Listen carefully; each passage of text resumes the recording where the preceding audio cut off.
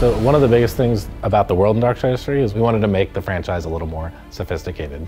And that means a lot of things to a lot of different people, but for me it meant, you know, how do we make the game less gamey? How do we make the puzzles, the combat, the story stuff a little more enmeshed in the world and not so much like, hey, we're just doing this because it's cool, or we're doing this because it's fun.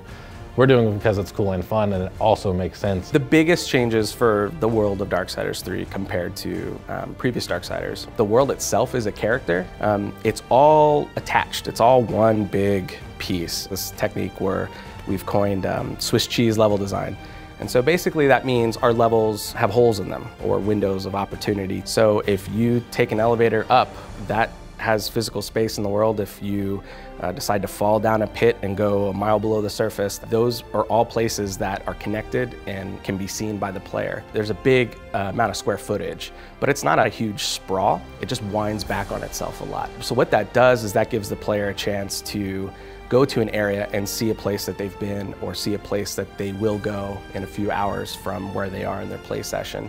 And it's really exciting. We wanted to change it from a hub and spoke to a more organic world, and I'm gonna rip someone else's term, like the world's a giant dungeon, basically. It's very important to us that there are no load screens and that the player can just walk from A to B seamlessly. So the best way to think about dungeon design in Darksiders 3 is it's different from the other Darksiders. We have one big super dungeon. So you're going to unlock pieces of that as you move through the game. There are multiple sins that Fury is tracking down. And so you can imagine they're going to make themselves home wherever they are.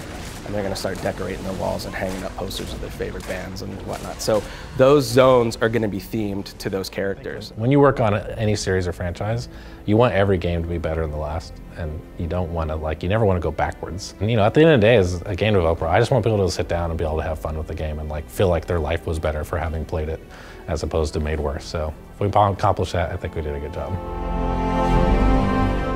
So that's how the team at Gunfire Games is evolving the Darksiders 3 franchise. For other cool videos about Darksiders 3, be sure to check out the announcement trailer and our gameplay reveal. And wherever you're watching, subscribe to IGN.